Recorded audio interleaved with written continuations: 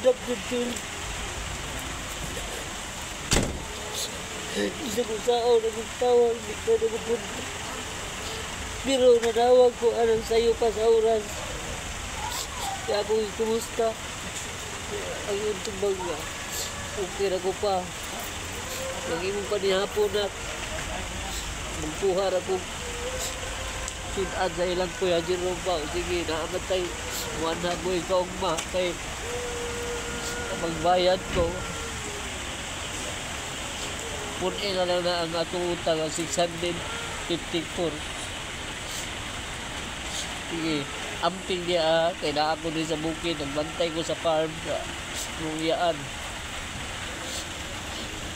Pero pag human, abot ang oras na alas 9:45, nagmaydi ko kaysa akong TikTok na para abot sa alas 10, magmaong na ko.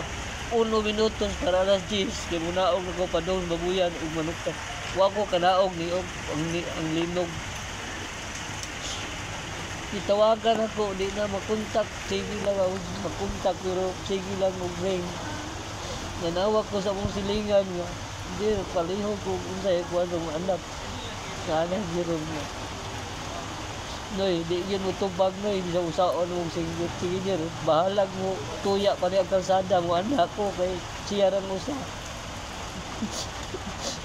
Pag-anto na ko, ambot na ko, gigawas na.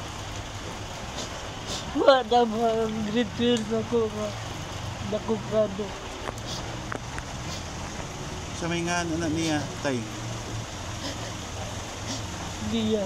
Ha? Niya, lipitin, agunis. Siya ra usa nga tos balay?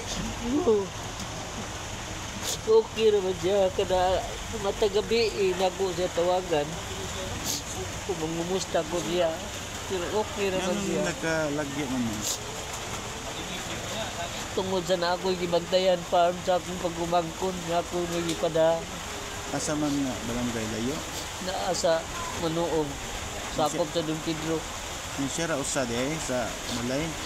Oo, pero nanawag ko anang na time sa oras. Ako siyang gikumusta kada gabi man ko manawag hasta sa iyang maguwang nga tuas dan bantayan. IT ang gikuha. Pila edad Christian niya? College.